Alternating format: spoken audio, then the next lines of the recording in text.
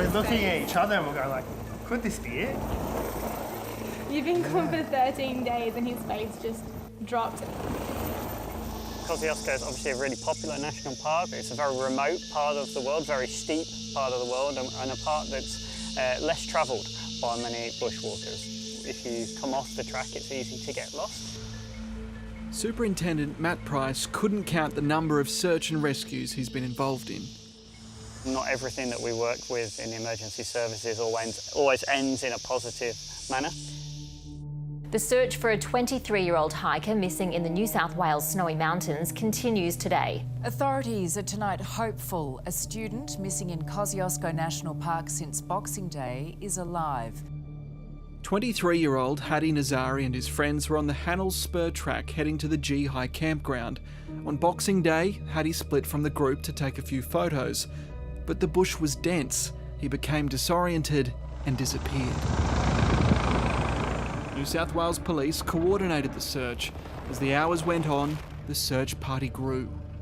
So 8 to 10 teams with approximately 4 people in each team, and so there's 30 to 40 people on the ground, and the eyes in the sky all flew helicopters during the day. In terrain like this, they needed all the help they could get. The search area expands exponentially as time passes. And that's the reason that if you are lost, you stop. When people go missing, Dr. Paul Luckin is one of Australia's go-to survival experts. A retired Navy captain and search and rescue specialist with decades of experience around the world. Police called him days into the search for Hadi. At that stage, we knew roughly where he'd last been seen, but it became apparent that the vegetation was so dense and so high that if he was lost in it, he could not possibly see where he was.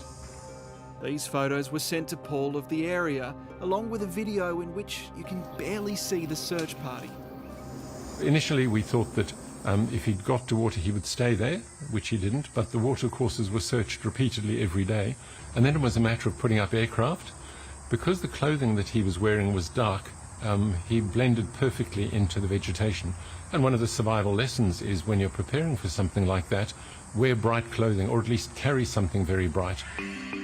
Hope was renewed and survivability odds increased on 2 separate occasions.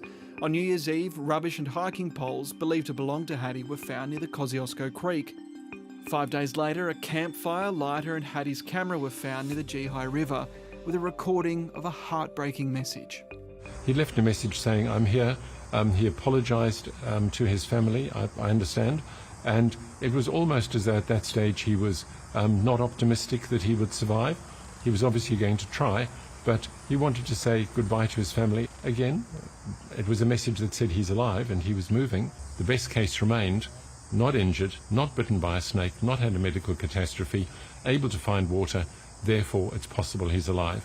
If it's possible he is alive, then the search will continue.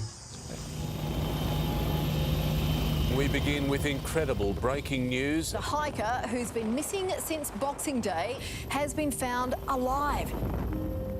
Almost a fortnight after disappearing, Hadi was found around 7 kilometres from his last known point by a trio of hikers. Cousins Jess and Josh and their mate James, for Hadi's sake, were in the right place at the right time. And I sort of stopped at that point just to take in the view, take a photo. I did notice this sort of very faint figure moving sort of slowly up one of the low ridges, but I could tell that he was sort of yelling, asking for help. They slowly moved towards each other. So we finally reached each other and I said, "Did you go missing on Boxing Day?" And he said, "Yeah, that's me. I've been gone for 8 days. I haven't had any food." And then I was like, "Hadi, it's the 8th of January. You've been gone for 13 days. And I was starting to cry and he cried and we hugged each other and it was so surreal.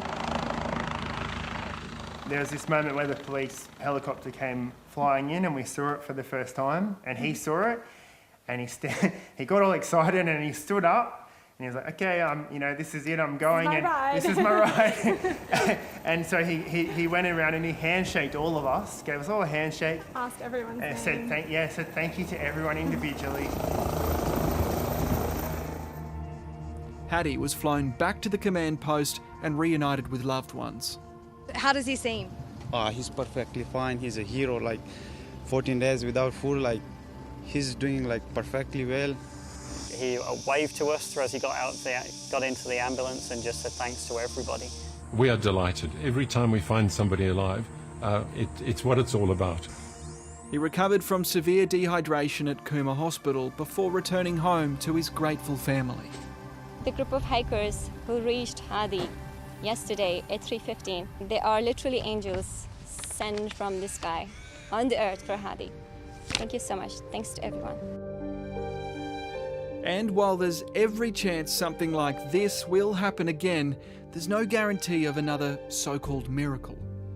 Have your personal locator beacon, activate it when you're in trouble and you know that you can't find your way out, and then take steps to make yourself highly visible. If you're moving, leave evidence of where you've gone. Leave a note, leave markers in the ground, make it very clear where you're going, which direction you're going, and give people who are looking for you the best possible chance of finding you and of getting that thrill of bringing you home to your family alive, for your sake and theirs.